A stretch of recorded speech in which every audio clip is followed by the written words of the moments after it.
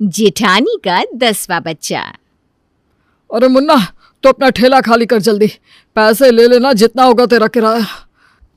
आयुष, गौरव, अपनी भाभी को ठेले पर लिटा दे।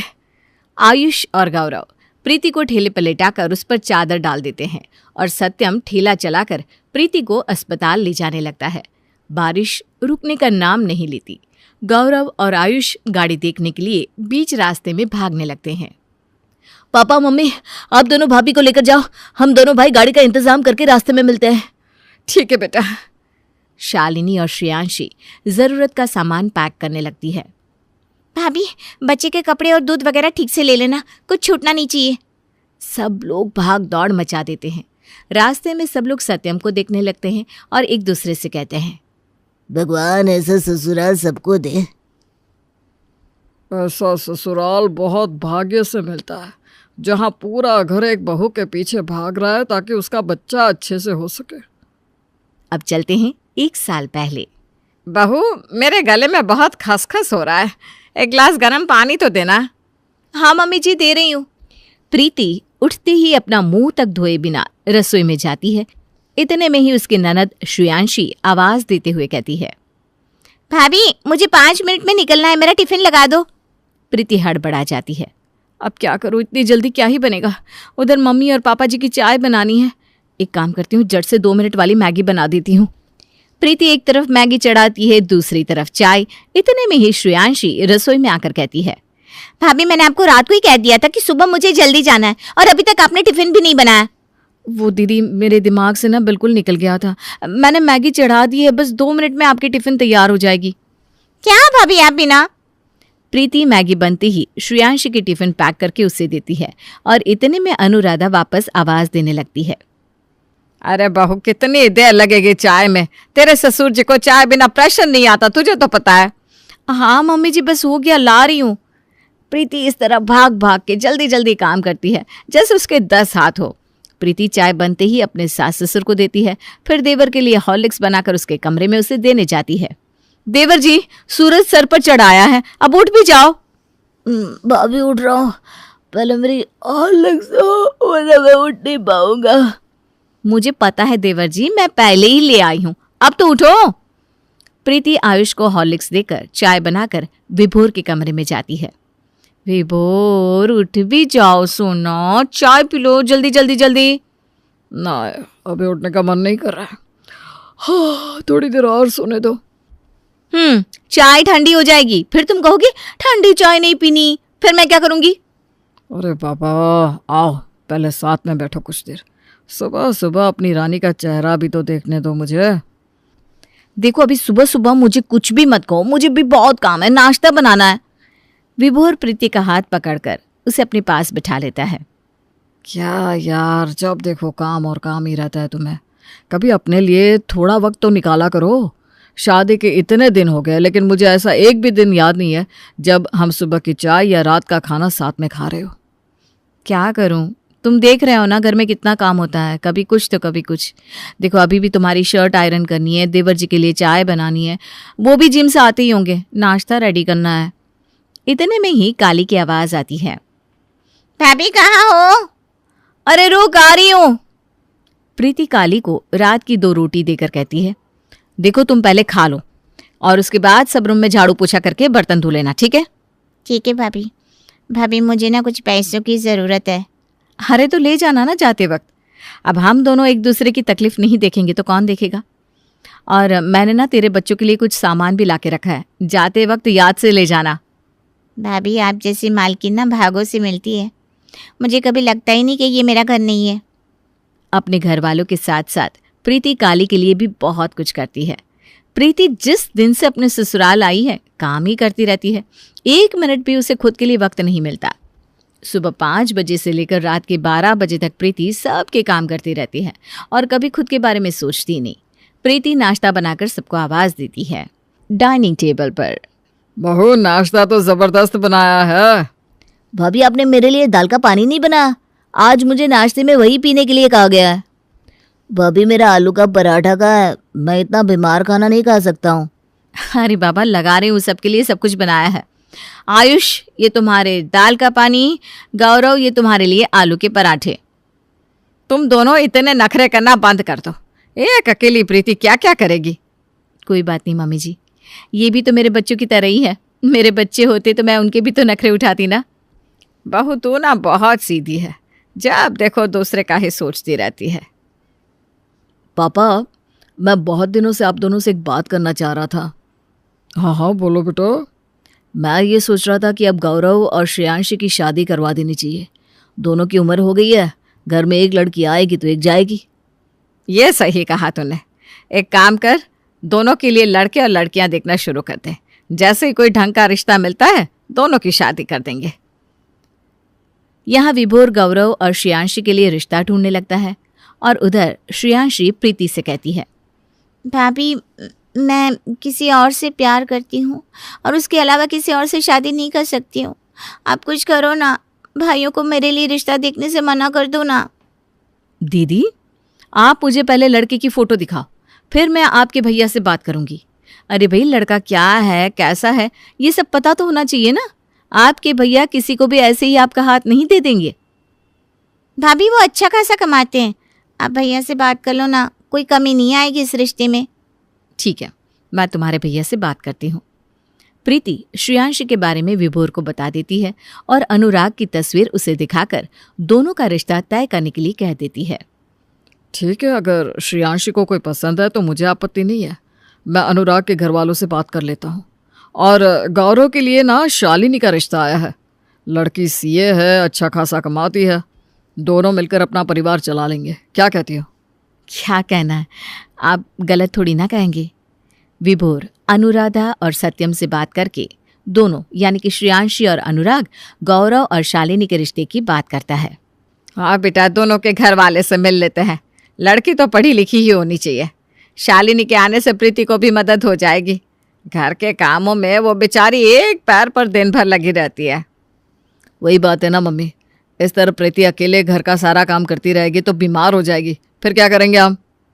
सही बात है, लेकिन आयुष, श्रेयांशी और गौरव इस बात को समझती नहीं और अलग अलग खाने की डिमांड करते रहते हैं।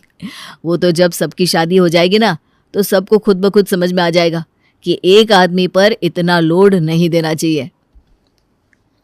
विभोर सत्यम और अनुराधा अनुराग और शालिनी के घर वालों को एक ही जगह पर बुलाकर मिल लेते हैं और चारों का रिश्ता तय कर देते हैं। चारों की शादी धूमधाम से एक ही दिन हो जाती है।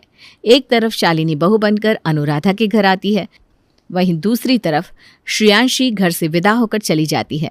विभोर एक लंबी सांस लेता है।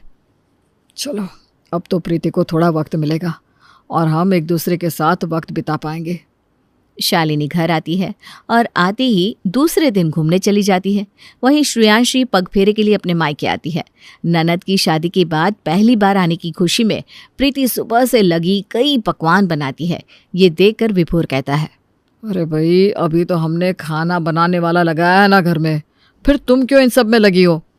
अरे शादी के बाद पहली बार श्रेयांशी और अनुराग जी आ रहे हैं तो किसी बाहर वाले के हाथ का खाना खिलाना अच्छा थोड़ी ना लगेगा। तुम भी ना, ये भी कोई बात हुई? श्रेयांशी और अनुराग इतने में आ जाते हैं। अनुराधा श्रेयांशी की आरती उतारती है। आइए अनुराग जी, मैंने आपकी पसंद का ही खाना बनाया है। भाभी आते ही क्या खाने पर बिठा दोगी? पहले मुझे अपनी कोई नाइट सूट दे दो, मैं चेंज कर लेती हूँ। तब तक सबके लिए आप कॉफ़ी बना दो, अनुराग को कॉफ़ी पसंद है। अब हाँ ठीक है, अभी बनाती हूँ। प्रीति वापस में काम में लग जाती है। तभी आयुष वहां आकर कहता है, भाभी अब शादी तो हो गई, अब तो इतना तला भुना घर में मत बनाओ। इतने दिनों से तला भुना खाकर मेरी तो हालत खराब हो गई है। आप मेरे लिए बिना तेल मसाले का खाना बना दो। ठीक है देवर जी, मैं महाराज को बोल देती हूँ, वो बना देगा। नहीं नहीं भाभी, आप ही बना दो, उसे ये सब नहीं आता होगा। ठीक है। प्रीति एक तरफ अनुराग की आवभगत में लगी रहती है, वहीं दूसरी ओर आयुष के लिए खाना बनाती है। फिर सबको खिला पिलाकर श्रेयांशी को विदा करके रात के 12 बजे वो बेचारी खुद खाना खाती है। देर रात खाना खाने के कारण प्रीति की तबीयत रात को ही खराब हो जाती है और उसे अस्पताल में भर्ती करना पड़ता है। विभोर घबरा जाता है और प्रीति के मायके में फ़ोन कर देता है और उसकी बहन प्रिया को आने के लिए कह देता है। प्रिया, तुम 15 दिन के लिए आ जाओ ना प्लीज़, प्रीति की हालत बहुत ख़राब है। क्या? ठीक है, मैं सुबह पहुँच जाऊँगी। अगले दिन प्रिया सुबह पहले पहुंच जाती है और प्रीति की हालत देखकर उससे कहती है, दीदी तुमने अपनी हालत देखी है क्या? क्या कर लिया ये? एक जरा खुद का ख्याल नहीं रखती हो? अरे बस बस शांत हो जा मेरी माँ, तबीयत तो किसी की भी खराब हो सकती है। प्रीति हॉस्पिटल से आते ही वापस घर के कामों में लग जाती है। 5 दिन बाद शालिनी और गौरव वापस आ जाते हैं और अनुराधा शालिनी से कहती है, शालिनी, तुम आ गई हो तो प्रीति बहू को थोड़ा आराम मिलेगा। वो बेचारी अस्पताल से आते ही घर के काम में लग गई। एक काम कर बेटा, आज तू ही नाश्ता बना ले। मम्मी जी मुझे तो खाना बनाना नहीं आता, और वो शादी के कारण मैंने ऑफिस से इतने दिनों की छुट्टी ले ली थी, मुझे उसे भी तो मैनेज करना होगा ना ओवर टाइम करके। देखिए मैं तो थोड़ी देर में ऑफिस निकल जाऊंगी, मुझे ना आप इन घर के कामों में मत फंसाओ प्लीज़। तभी वहाँ प्रीति आकर कहती है, अरे मम्मी जी, शालिनी अभी अभी तो आई है, आप उसे काम बताने लगी, मैं कर लूँगी ना। शालिनी, तुम्हारा टिफ़िन भी तैयार कर दो ना गौरव के साथ। हाँ भाभी, और आप ना अपना ध्यान रखना। प्रीति, मुझे चाय बना दो। इतने में विभोर आता है। प्रीति मुझे निकलना है ऑफिस जल्दी, फिर शाम को मेरी ट्रेन है, मैं 2 दिन के लिए ऑफिस के काम से बाहर जा रहा हूँ। तुम पहले मेरी पैकिंग करवा दो और मुझे नाश्ता दे दो। देखिए आप इतना हड़बड़ाओ मत, मैं नाश्ता बनाकर पैकिंग कर दूंगी। प्रीति नाश्ता बनाकर सबको देती है, फिर सबकी टिफ़िन पैक करती है। इतने में ही श्रेयांशी भी मायके आ जाती है। श्रेयांशी को देखकर शालिनी कहती है, आओ दीदी आओ, मैं आज ही आई हूँ और आपसे मुलाकात हो गई। कैसा है सब? सब ठीक है, मैं अभी कहीं नहीं जाने वाली, पूरे महीने भर के लिए आई हूँ। ये सुनकर प्रिया अपने माथे पर हाथ रख लेती है। ये लोग कम थे कि एक और आ गई। दीदी कैसे इन लोगों को झेलती है? आज तो मैं दीदी से बात करके रहूंगी। उधर प्रीति श्रेयांशी से कहती है, हाँ दीदी, आपका ही घर है, जितना मन हो उतने दिन रहिए। प्रिया दूर से प्रीति को आंखें दिखाती है। प्रीति सबको नाश्ता देकर विभोर की पैकिंग में लग जाती है, फिर सबको फल काट कर देती है। तब अनुराधा कहती है, प्रीति, आज ना छोले पूरी बना लेना, श्रेयांशी को बहुत पसंद है। साथ में खीर भी बनाना। वाह क्या कॉम्बो है। भाभी पता है, मुझे तो मेरे ससुराल का खाना बिल्कुल पसंद ही नहीं आता। आपके हाथ के खाने की ना बहुत याद आती है। अरे पागल, तुम्हारा ससुराल कौन सा दूर है, तुम्हारा जब मन करे आ जाया करो। एक काम करो ना, अनुराग जी को भी दोपहर के खाने के लिए यहीं बुला लो। हाँ, मैं भी ना यही सोच रही थी भाभी, लेकिन अनुराग को आपके हाथ की बिरयानी और रायता पसंद है। अरे कोई बात नहीं ना, वो भी बना दूंगी, तुम बुला लो उन्हें। प्रीति तुरंत खुद बिना नाश्ता किए रसोई में चली जाती है और काम में जुट जाती है। तभी प्रिया आकर कहती है, दीदी ये सब क्या है? तुम्हारा दिमाग तो ठीक है ना? जहाँ मायके में तुम 1 गिलास पानी तक उठाकर नहीं पीती थी, वहीं यहाँ तुम दिन भर किसी नौकरानी से कम काम नहीं करती हो। जिंदगी भर इन लोगों का ही करती रहोगी तो अपने बच्चे कब पैदा करोगी? तुम्हारी शादी को 5 साल हो गया है, कुछ तो सोचो। शादी के बाद भी ये लोग अपना काम खुद नहीं कर पा रहे, ऊपर से और इनका काम बढ़ गया जो तुम्हें करना पड़ रहा है। एक बार तुम बच्चा करो, फिर देखो इनके रंग कैसे सामने आते हैं। कोई तुम्हारा करेगा तो कहना। अरे ऐसी बात नहीं है, सब मुझसे बहुत प्यार करते हैं। वो दिख रहा है दीदी, प्यार करते हैं या अपना काम निकलवाते हैं। जब से मैं आई हूँ तब से देख रही हूँ, इतनी तबीयत खराब होने के बावजूद भी तुम ही काम कर रही हो, और तुम्हारी देवरानी और ननद बैठी बैठी तुम्हें और काम दे रही है। ऊपर से तुम्हारी सास, उन्हें भी कुछ नहीं कह रही हो। प्रिया गुस्से में वापस अपने घर चली जाती है। प्रिया ने सही कहा, अब मुझे एक बच्चा कर ही लेना चाहिए, वरना कुछ साल बाद तो मुझसे बच्चे भी नहीं होंगे। प्रीति और विभोर बच्चे की प्लानिंग करते हैं और 1 महीने बाद प्रीति को पता चलता है कि वो प्रेग्नेंट है। जैसे ही घर के लोगों को ये बात पता चलती है तो सब खुश हो जाते हैं। अनुराधा और सत्यम मिठाई बंटवाने लगते हैं। बहुत दिनों बाद मेरे घर में खुशी आई है, मैं दादा बनने वाला हूँ। बहू, आज खाने में मीठा तो बनना ही चाहिए। आज मेरे पोते के आने की खबर मुझे मिली है। वाह भाभी, मैं बुआ बनने वाली हूँ।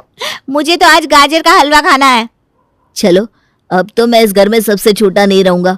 आज कोई जिम नहीं। भाभी, आज मेरे लिए दही भल्ले बना देना। और मेरे लिए इडली। ठीक है, बना दूंगी। प्रीति के प्रेग्नेंट होने की खुशी में सब प्रीति से ही काम करवाने लगते हैं। सुबह से लगी वो खाना ही बनाती रहती है। रात को सबको खाना परोसते वक्त अनुराधा कहती है, बहू, तू अब ज्यादा काम मत करना, थोड़ा आराम कर ले। बेचारी प्रेगनेंसी में भी इतना काम कर रही है। बहू, एक गिलास मुझे पहले नींबू सोडा बना कर दे दे, मुझे ना गैस सी हो रही है। जी पापा जी। अरे रसोई में जा ही रही है तो चने का अचार भी लेते आना। प्रीति सबके खाना खाने के बाद खुद ठंडा खाना खाती है और आज पहली बार होता है जब उसे एहसास होता है कि उसके साथ बहुत अन्याय हो रहा है। उसकी आंखें भर आती है। प्रिया ने सही कहा, मैं अकेली इन 9 लोगों को संभाल रही हूँ, लेकिन मुझे संभालने वाला कोई नहीं है। कल से मैं सिर्फ खुद के लिए सोचूंगी। अगले दिन प्रिया सुबह उठती नहीं। एक तरफ अनुराधा उसे आवाज देती है, दूसरी तरफ गौरव और आयुष सब प्रीति प्रीति की रट लगा रखते हैं, लेकिन प्रीति किसी की आवाज का जवाब ही नहीं देती। सबके काम प्रीति के बिना रुक जाते हैं। अनुराधा और शालिनी प्रीति के कमरे में आते हैं। मम्मी जी, मेरी तबीयत ठीक नहीं लग रही है, मुझसे उठा ही नहीं जा रहा है। अरे बहू, अचानक क्या हो गया? मम्मी जी, प्रेगनेंसी में तो सब अचानक ही होता है ना। अनुराधा और शालिनी एक दूसरे का मुंह देखने लगते हैं। मम्मी जी, अब घर के काम कैसे होंगे? अनुराधा और शालिनी घर के काम में हाथ लगाती है और फिर श्रेयांशी से भी घर के कामों में हाथ लगाने को कहती है, पर घर के काम तो सलटते ही नहीं। इधर डॉक्टर प्रीति को बेड रेस्ट बता देते हैं। यहाँ लोग अपने काम नहीं कर पा रहे तो मेरा काम कैसे करेंगे? एक काम करो, तुम मुझे मेरे मायके पहुंचा दो। हाँ, सही कहा तुमने। विभोर प्रीति को उसके मायके पहुंचा देता है। जैसे तैसे 8 महीने बीत जाते हैं और एक रोज अनुराधा विभोर से कहती है, बेटा, 9वें महीने ससुराल में ही रहा जाता है, यही हमारे घर का रिवाज है। तू बहू को वापस ले आ। लेकिन माँ, यहाँ उसकी देखरेख कौन करेगा? अरे हम है ना, शालिनी छुट्टी ले लेगी अपने ऑफिस से। प्रीति अकेली हम सबको संभाल लेती है और हम इतने लोग मिलकर भी उसे नहीं संभाल पा रहे हैं। इतने लोग मिलकर भी घर नहीं देख पा रहे हैं जो कि प्रीति बहू अकेले देख लेती थी। विभोर अगले दिन जाकर प्रीति को वापस ले आता है। 10 दिन होते ही प्रीति को दर्द शुरू हो जाता है और उस वक्त विभोर भी घर पर नहीं था। सत्यम घर से बाहर निकलकर एक ठेले वाले से कहता है, अरे मुन्ना, तो अपना ठेला खाली कर जल्दी, पैसे ले लेना जितना होगा तेरा किराया। आयुष, गौरव, अपनी भाभी को ठेले पर लिटा दो। आयुष और गौरव प्रीति को ठेले पर लिटाकर उस पर चादर डाल देते हैं और सत्यम ठेला चलाकर प्रीति को अस्पताल ले जाने लगता है। बारिश रुकने का नाम ही नहीं लेती। गौरव और आयुष गाड़ी देखने के लिए बीच रास्ते में भागने लगते हैं। पापा मम्मी, आप दोनों भाभी को लेकर जाओ, हम दोनों भाई गाड़ी का इंतजाम कर रास्ते में मिलते हैं। ठीक है बेटा। शालिनी और श्रेयांशी जरूरत का सामान पैक करने लगती है। भाभी, बच्चे के कपड़े और दूध वगैरह ठीक से ले लेना, कुछ छूटना नहीं चाहिए। सब लोग भाग दौड़ मचा देते हैं। रास्ते में सब लोग देखने लगते हैं और एक दूसरे से कहते हैं, भगवान ऐसा ससुराल सबको दे। ऐसा ससुराल बहुत भाग्य से मिलता है जहाँ पूरा घर एक बहू के पीछे भाग रहा है ताकि उसका बच्चा अच्छे से हो सके। रास्ते में आयुष और गौरव गाड़ी लेकर आ जाते हैं और ठेले से प्रीति को गाड़ी में बिठाकर अस्पताल लेकर जाते हैं। बहू को हम कुछ नहीं होने देंगे। इस अकेली ने हम 9 बच्चों को पाला है, तो इसके 10वें बच्चे को हम कैसे कुछ होने दे सकते हैं? अस्पताल में प्रीति एक बेटे को जन्म देती है और अब सब उसकी देखभाल में लग जाते हैं।